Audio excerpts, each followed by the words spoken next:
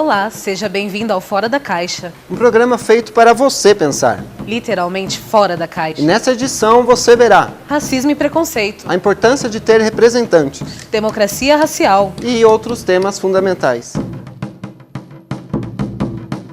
54% da população brasileira é negra e ainda assim o racismo persiste. Racismo é crime. O repórter Pedro Pugliese conversou com especialistas e nos traz mais informações. O que é racismo para você? Racismo é uma coisa que é falta de inteligência. A gente tem uma construção racista. Tanto médicos quanto psicólogos. Muitas classes se uniram para dizer que a raça era inferior. Racismo é um conceito que se forma quando um indivíduo ou grupo inferiorizam outros, baseando-se na sua cor, etnia e religião. No Brasil, o racismo é fundamentalmente causado pelo tom da pele de determinada pessoa. No entanto, o ato é um crime previsto em lei, como conta a advogada Fernanda Barbosa. Bem, hoje a gente tem primeiramente a Constituição Federal, né, que seria nossa maior referência nesse sentido. A Constituição diz que no Brasil o racismo ele é crime inafiançável, imprescritível, né? Desde 1988 a gente tem essa configuração. Depois disso, mais recente, o Estatuto da Igualdade Racial, que aí vai prever de forma mais detalhada quais são os direitos, né, das pessoas em questões raciais, o que é discriminação, o que é preconceito, e legitimar, por exemplo, a utilização de ações afirmativas e outras políticas públicas para alcançar a redução dessas desigualdades e o enfrentamento do racismo. Como em diversas pautas, a gente tem o problema da efetivação dessas leis, né? Produzir a lei hoje em dia não é suficiente, é preciso que se sensibilize a sociedade, isso muito por conta da luta dos movimentos sociais, para conseguir alcançar o cumprimento e a efetivação dessa lei. Segundo o psicólogo Kwame Jonathan, o racismo pode ser explicado de diversas formas. Preconceito é uma pré-concepção, né? Você tem uma ideia anterior, é um pré-julgamento, é uma ideia mal formada. Racismo é um conceito de uma desigualdade a partir da questão racial. No Brasil, ele é ligado a pessoas de peles negras, de pele negra, indígena. A gente fala que o racismo ele é um dado estruturante das relações. Quer dizer que o racismo ele não é só a questão do apelido, da piada, mas também o racismo é institucional. A gente tem que entender que ele é um dado, então ele vem de uma história, ele é naturalizado, né? Ele já está pautado, ele acontece todo dia, vai acontecer, né? Tem alguém que sofre e tem alguém que pratica, né? Que se privilegia, né? Também essa dimensão institucional de que ele acontece independente das pessoas não fazerem nada. Ele acontece.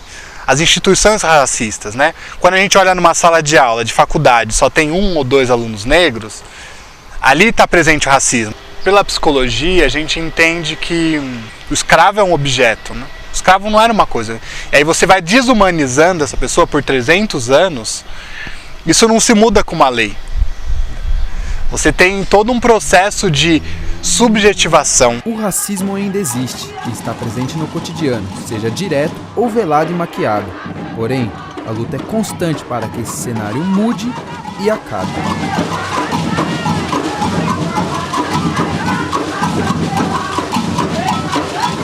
Na luta contra o racismo também existem organizações como Identidades do Brasil, que desenvolve trabalhos para a promoção dos direitos humanos e fundamentalmente da igualdade racial. Diga sim à igualdade racial.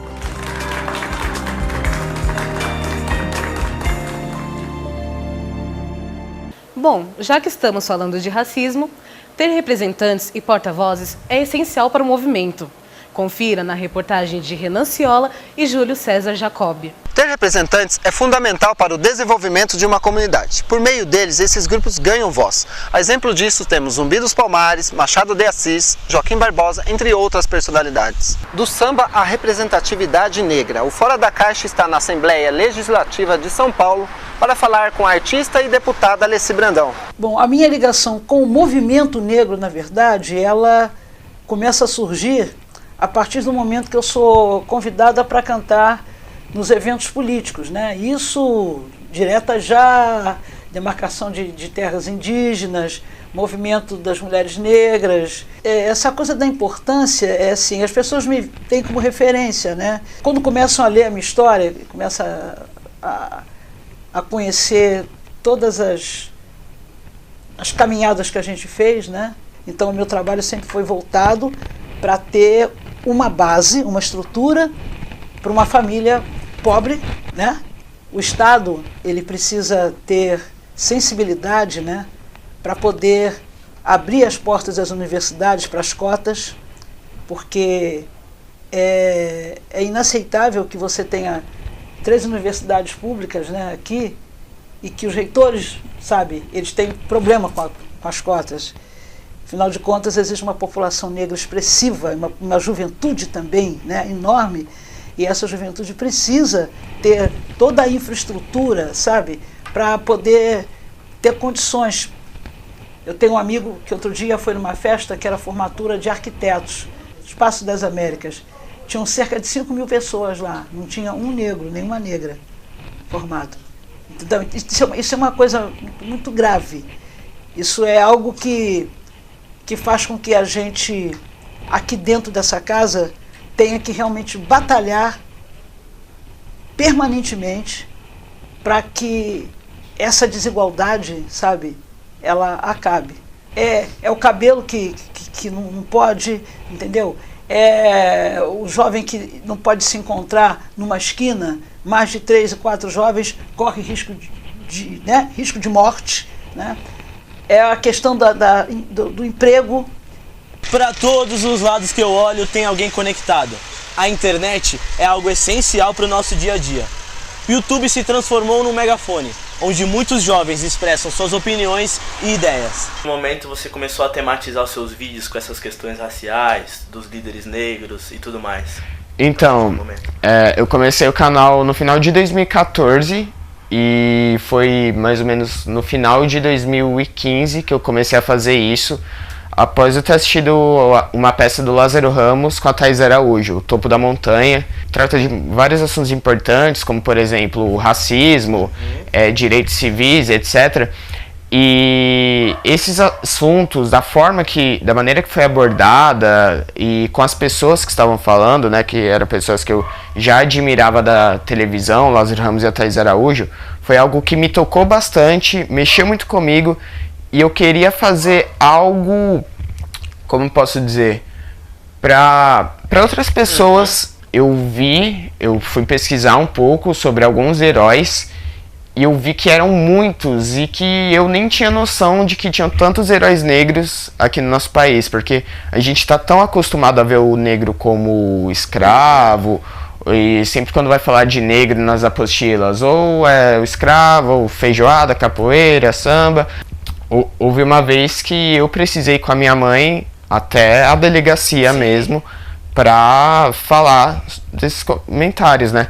Porque as pessoas, assim, racismo é algo que é crime no Brasil, só que as pessoas meio que não veem como um crime, que isso é uma construção cultural do Brasil, colocar o negro no papel de inferior. Como por exemplo, como eu estava falando em umas das perguntas anteriores, o negro nas apostilas escolares, nos livros e tudo, nunca é citado como grandes advogados, grandes escritores, e sim sempre como escravizados, como os que sofreram, e sempre está atribuído a isso. No livro escrito por Carlos Eduardo Dias Machado, ele relata a vida e obras de personalidades negras desconhecidas pela maior parte da população brasileira. Trazendo para a atualidade, temos representantes do mundo artístico engajados nas questões raciais. Você, quando vai procurar um emprego, a cor da pele, que é o preconceito mais imediato, é esse, né? O racial, porque a pessoa já vê, quer saber que você não precisa nem abrir a boca, mas sabe que você é negra, você é negro. Então, isso já te impede de uma série de avanços, né? Então, você tem que batalhar e incentivar, principalmente, a nossa criançada, a nossa juventude, primeiro a terem orgulho de ser negro. Vale ressaltar que para ser um representante não é preciso ser um político ou um artista, como foi mostrado na reportagem, não é mesmo, Renan? Não mesmo. Para representar um grupo basta lutar pelos mesmos ideais, não apenas falar por eles, mas com eles. Agora vamos a um breve intervalo. Voltamos já.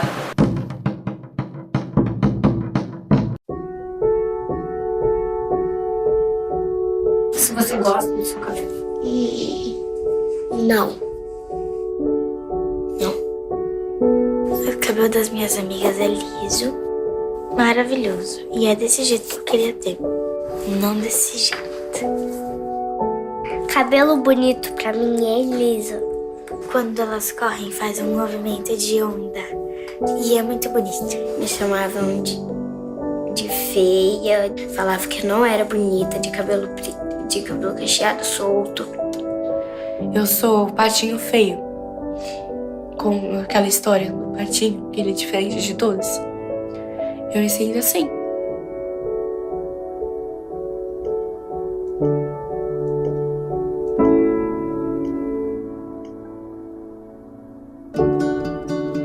Você é perfeita assim, com seus cachos soltos no ar, entrelaçando a atenção do mundo. Por onde você passar, não precisa se esconder. Deixe seu rosto brilhar, balançando seus cachinhos com as ondas do mar.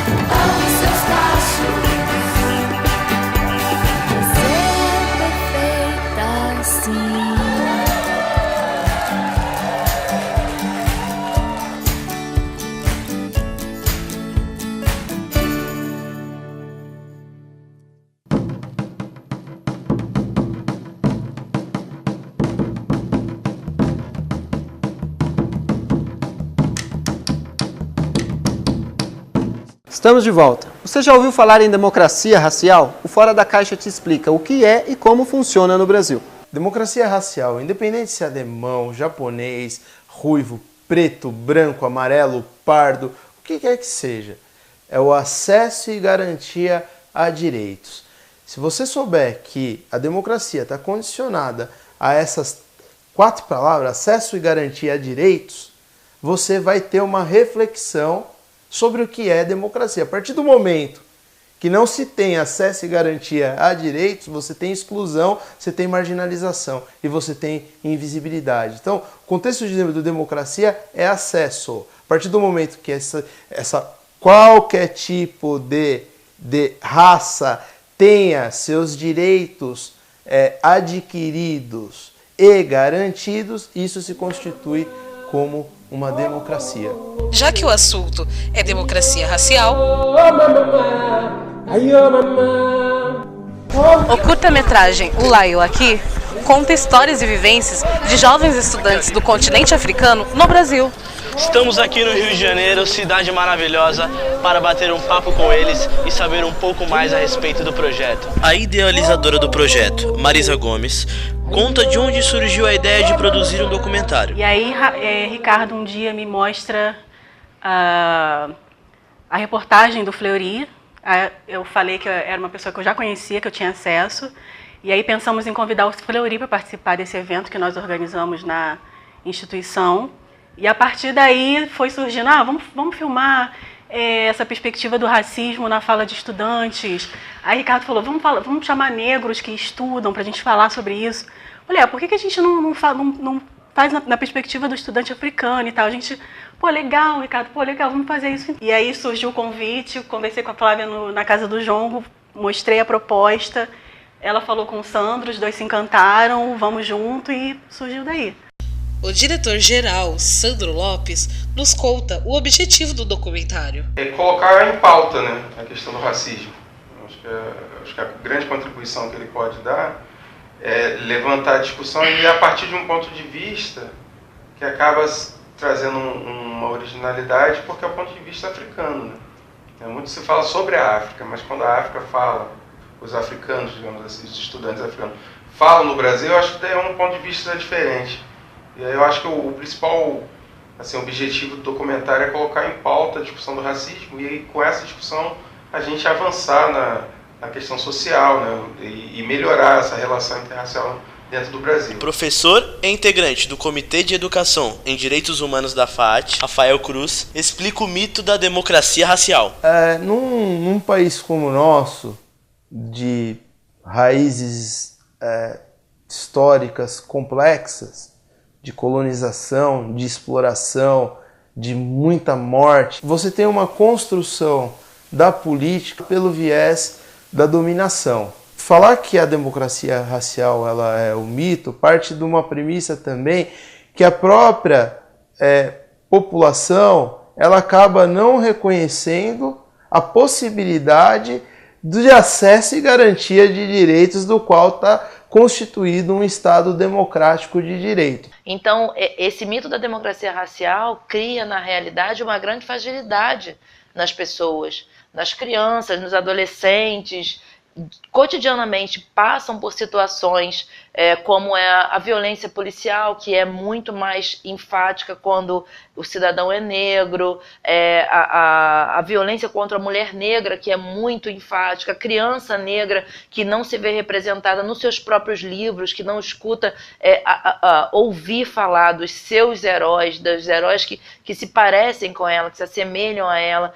Quando a pessoa não está preparada, que tem a sensação de que tudo é normal, de que tudo corre dentro de uma normalidade, as pessoas acabam num estado de aceitação. E essa aceitação, essa teoria de que tudo é normal, de que tudo é assim mesmo, de que se você reclamar, você está reclamando demais, está sendo chata demais, está sendo exigente demais. O mito dá isso.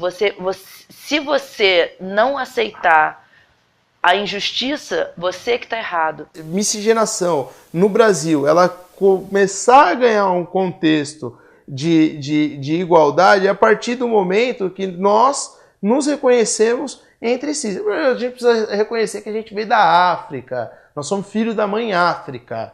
É importante salientar, nós somos filhos da África. Não posso me dizer, você é descendente do quê? Em 2003, mudanças importantes aconteceram no país, como a criação da Lei 10.639.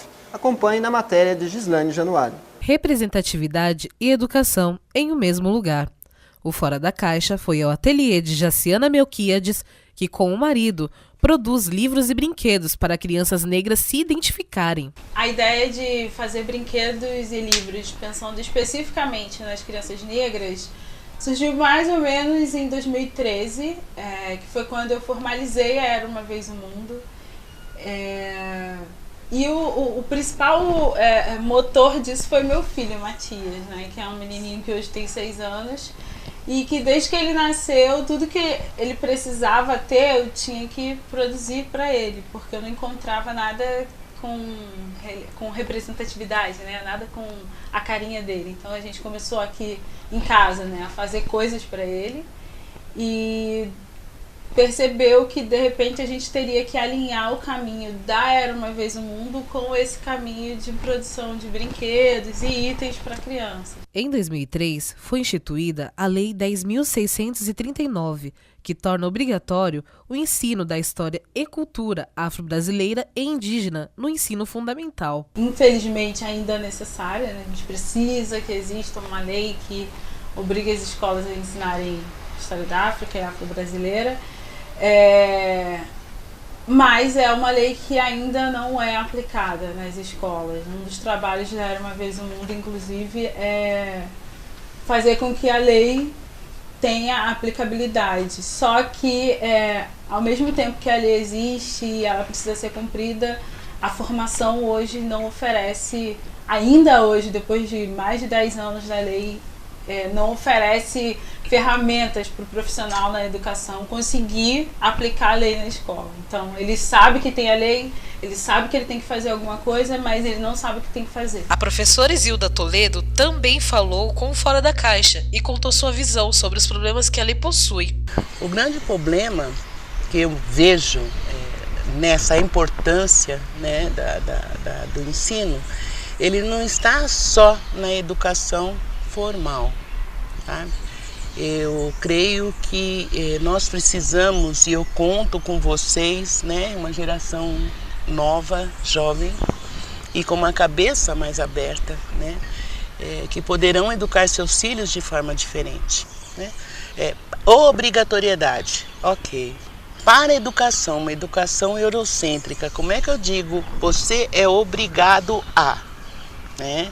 Então, nós partimos dessa resistência, né, de todo o processo educacional em ter que buscar, né, até tentaram, né, disseram para a formação, mas aí quem podia vir para a formação? Professores de geografia, ou de história, ou de artes e os outros, né? Então, já começou nessa formação, né? No primeiro momento, a queixa da falta de material para poder estar trabalhando. Hoje não é possível mais que ninguém diga, olha, eu não consigo trabalhar a lei porque eu não tenho material, né? Então a gente tem aí todo um processo que foi aí pelos nossos historiadores, antropólogos, cientistas, enfim, né? Que continuam buscando, né? Trazer a realidade da história do povo negro, a verdadeira história, porque nem quem tem mestrado em história desconhece a verdadeira história do povo negro no Brasil. Falha dela ela ter vindo como obrigatoriedade. Não aconteceu. Ela acontece? Não acontece. Entendeu? Em qual momento se vê, né, algo em torno de... em maio e novembro, em que você tem 2 professores trabalhando, você não tem o contingente, a coisa não é global, né, a partir da própria gestão, né? Por que isso não acontece? Agora, é o que eu digo, não é 20 de novembro, não é 13 de maio, sabe? São os 365 ou 366 dias do ano. A luta é para ser trabalhado as 24 horas do dia. Ela tem que estar inserida na formação do aluno. Aí você vai cobrar o professor, poxa, mas eu nunca ouvi falar disso. Falar de educação é necessário. Discutir a política de cotas também. Pensando nisso, o repórter Júlio César Jacob traz as perspectivas dos entrevistados. Confira. Não há dúvidas. A educação é a ferramenta mais importante para o desenvolvimento de um povo. Durante séculos, os negros foram proibidos de ter acesso a ela. E essa ferida está aberta até hoje. Quando o assunto é cotas, as opiniões são divididas. O Fora da Caixa saiu da superfície e mergulhou de cabeça nesse tema. Cotas no Brasil funciona realmente como um resgate histórico. Uma vez que pessoas foram escravizadas, perdeu muito tempo na história. Enquanto o branco estava estudando, estava aprendendo a ler, escrever, o negro estava lá atrás trabalhando e levando chicotada. Então acho que esse resgate é válido e é importante para a história brasileira. Mesmo após a abolição, o negro continuou não tendo esse espaço de visibilidade na sociedade. Primeiro porque o negro não podia pertencer a esse núcleo formado por brancos. Então ele teve que se afastar, formando o que a gente conhece hoje em dia por periferia, né? Então ele não teve acesso à educação, ele não teve acesso à moradia dentro de um núcleo formado pelos elementos necessários para uma vida corriqueira do dia a dia. E ele realmente está muito atrasado. Hoje em dia continua ainda tendo esse atraso.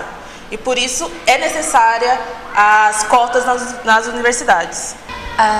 O trabalho da UniAfro é formar ou reeducar os jovens.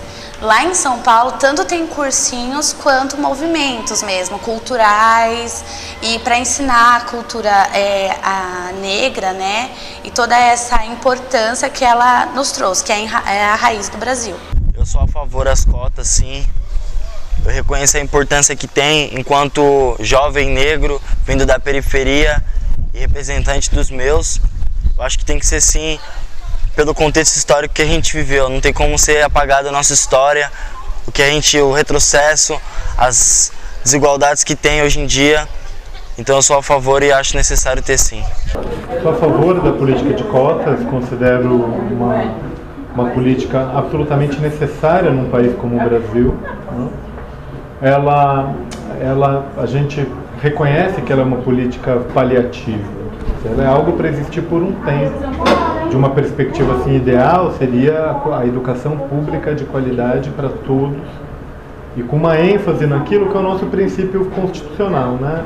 Um dos princípios é a equidade. O que é a equidade? A gente parte de um pressuposto que a sociedade brasileira é extremamente desigual. E no nosso caso, a nossa desigualdade é uma desigualdade fundamentada no racismo. Ela tem origens históricas, ela tem uma reprodução social histórica. Então, a política de cotas raciais é necessária, é importante, tem gerado frutos importantes, não resolve a questão da mudança da estrutura social brasileira, mas ela favorece o processo dessa mudança. E você é a favor das cotas? Responda a nossa enquete no Twitter, @Fora de Caixa. Vamos a um breve comercial. Já voltamos. Yes, my Lord. O que é mais difícil?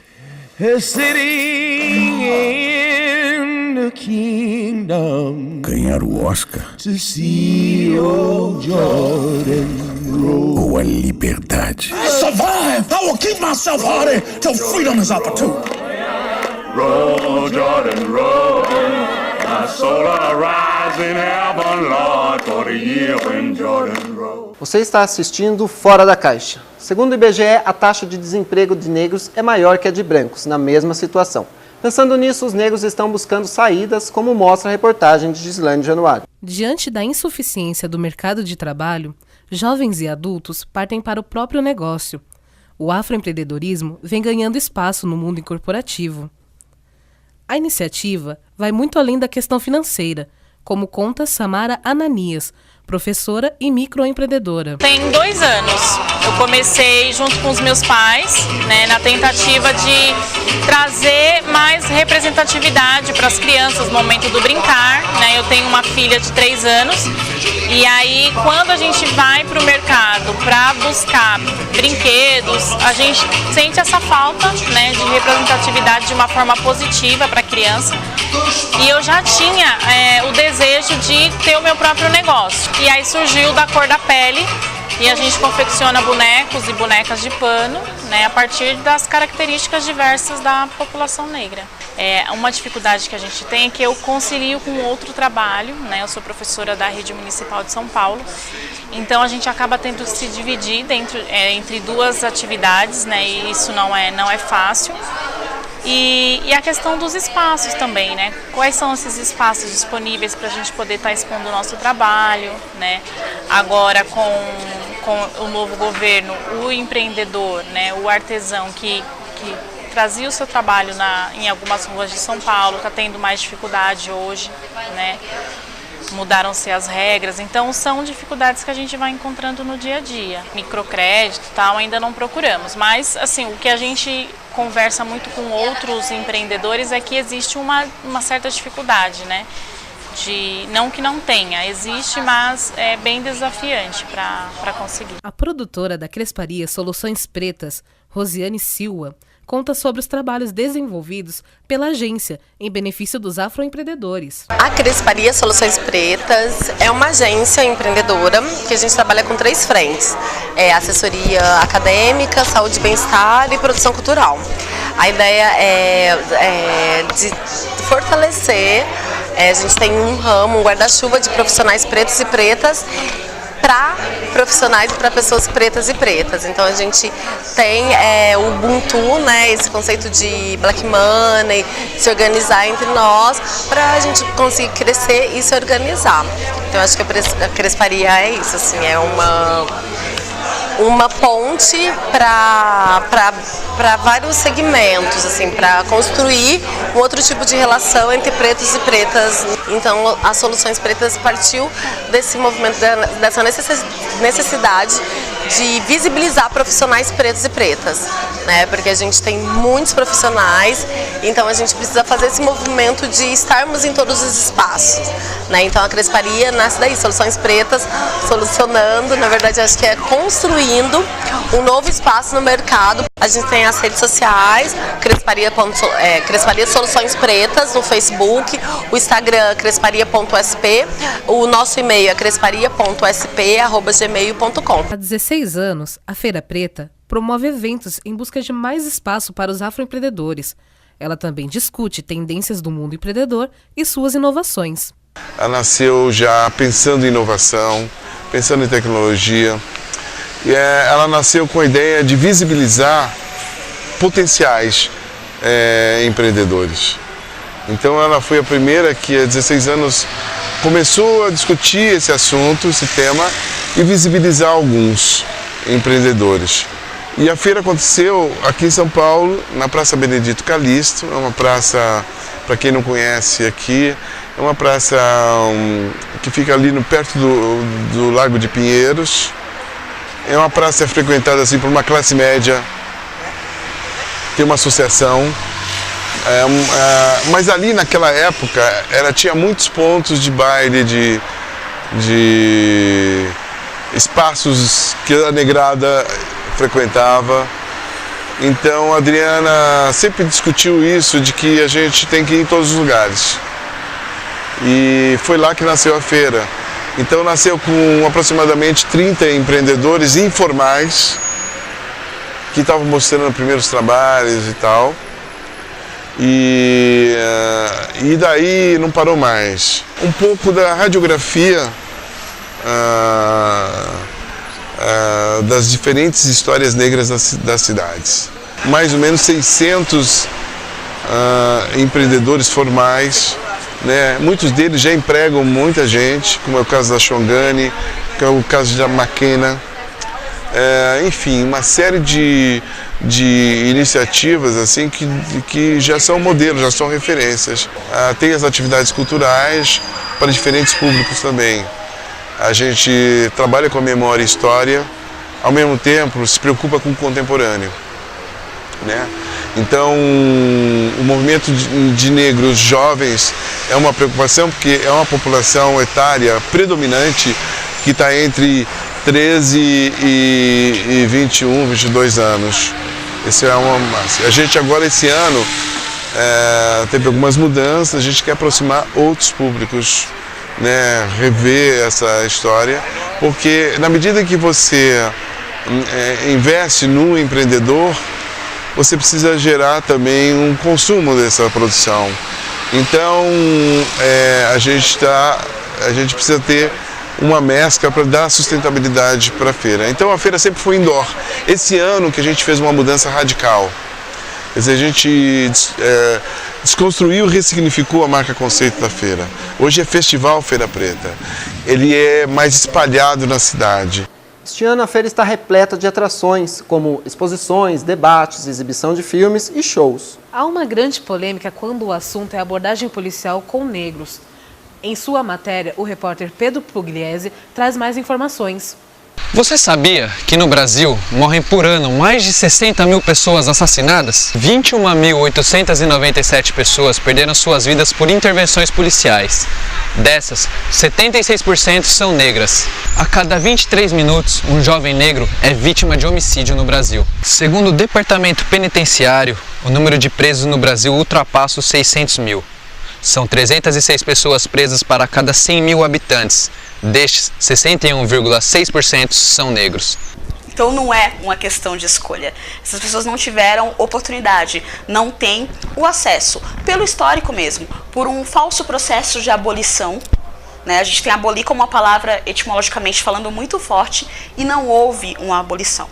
Houve uma liberação forçada por pressão do capitalismo, por pressão da Inglaterra. Então é questão histórica, desde esse processo de abolição que fomos jogados na rua, a figura do negro já foi marginalizada aí, porque todo nome que você tem é atribuído a famílias europeias, na sua maioria portuguesas. Você não tem identidade, você não tem acesso, porque desde o processo da lei de terras, que foi para que o negro não tivesse acesso a terras, a moradia, né, a tudo que era plano, e teve que subir o morro, então é por questão histórica. Esses jovens têm maioria entre 18 e 24 anos, e a gente lamenta informar que depois disso, a maioria dos jovens negros no Brasil, eles não estão vivos para contar ou até ser dados estatísticos. Quando o pessoal fala, mas a maioria da população não é negra, então é normal que tenha a maioria da população negra encarcerada. Não, não é normal. Normal seria se eu entrasse no banco e a minha gerente fosse uma mulher negra. Normal seria se eu tivesse acesso a mais advogados negros empenhados na causa. Nós não temos. Normal seria que fomos vistos como maioria em todas as partes. O que a gente pode fazer inicialmente, além de tomar ciência que somos maioria negra, estudar essa questão histórica, é muito importante a gente estudar, e refletir sobre isso e nos reconhecer como negros. Ser negro, né? Voltando para essa questão do racismo, essa história de que o racismo não existe, ele existe. Nós não podemos ser, né, hipócritas. Janaína, mas você já sofreu racismo em algum momento da sua vida? Já sofri, né? Mas como que eu lidei com isso? É o que eu procuro passar. Sempre que eu vou falar, independente até da data, nas minhas palestras, eu sempre costumo falar isso, né? Que a gente tem que buscar ser melhor. A gente tem que buscar, lógico que para nós negros, né, nós temos é um pouco mais difícil, né, de se impor, mas nada impossível. Então eu tenho que buscar sempre o diferencial. Não que eu queira ser melhor do que o outro, mas eu sei que para mim, se eu não fizer direitinho, se eu não fizer um pouco a mais, não terei o mesmo retorno. Vou além, você tem que conhecer a sua história. Tem muito adolescente, muito jovem, muita criança que não conhece a sua história. Da onde foi que nós viemos, né? O porquê que nós estamos aqui. Quantas lutas até que nós estivéssemos aqui. Né? Eu sempre costumo dizer, né? Quantas lutas até que eu, Janaína, pudesse vestir uma farda da Polícia Militar, chegar numa Câmara Municipal e palestrar, chegar em vários ambientes e ser muito bem recebida, né? Indiferente da minha cor.